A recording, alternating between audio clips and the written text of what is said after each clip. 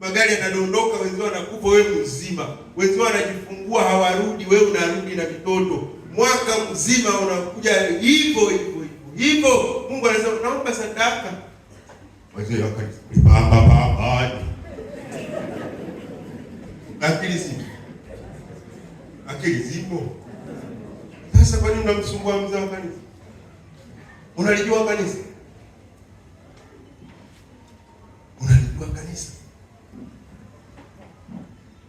Mzee wa pia inarudi tena. Umelielewa kidogo kanisa? Unalielewa ile? Nikikufundisha jambo jua ni kwa ajili ya ukombozi wako, sio sadaka ya mchungaji wala ya mzee wa kanisa.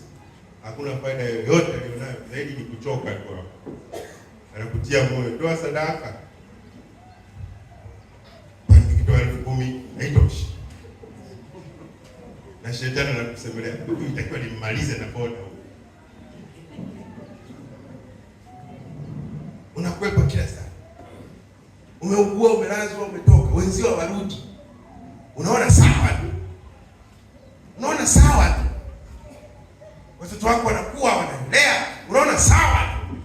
Mungu anamwambia nipe sadaka. Yaani unataka shinga. Kuna nyingi.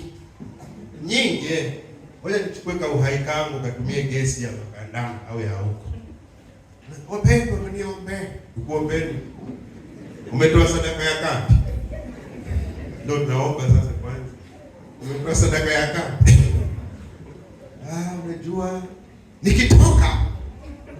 ukitoka hapa na kuuliza umetoa.